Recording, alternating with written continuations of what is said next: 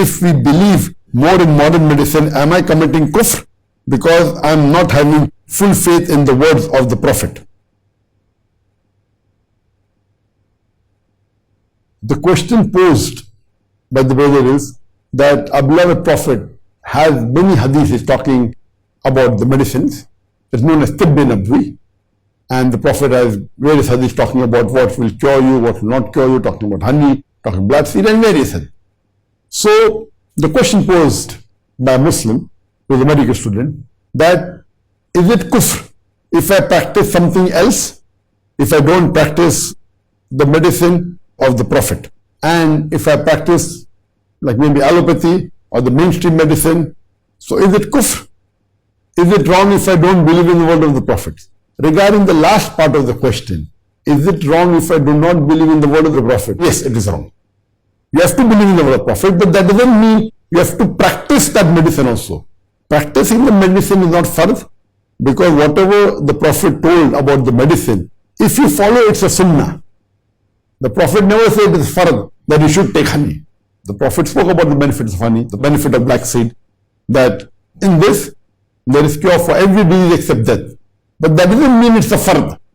It is sunnah. It's sunnah al-muqadah. Prophet spoke about the miswak, that if you use the siwak, and the Prophet said, if it wasn't too difficult, I would have made it fard for every Muslim to use the siwak before every salah. But he didn't do it. So using siwak is sunnah. So whatever the Prophet recommended, whether it is tibbi nabwi, whether it is cupping, whether it's honey, whether it's black seed, all these are sunnah. It's not a fard.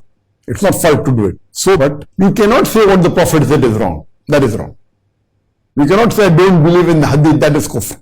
If it's a Sahih hadith, Prophet said this, and if you deny it, then that is kufr. You cannot deny that. But it's not a must that you should follow it if you're practicing it. Now you said you're a doctor, and there is an allopathy medicine which may not follow the same what the Prophet has said. It's not wrong at all.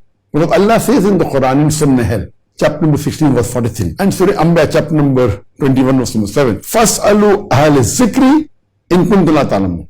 If you don't know, ask the person who is knowledgeable. So if you get sick, who will you ask? You'll ask a doctor.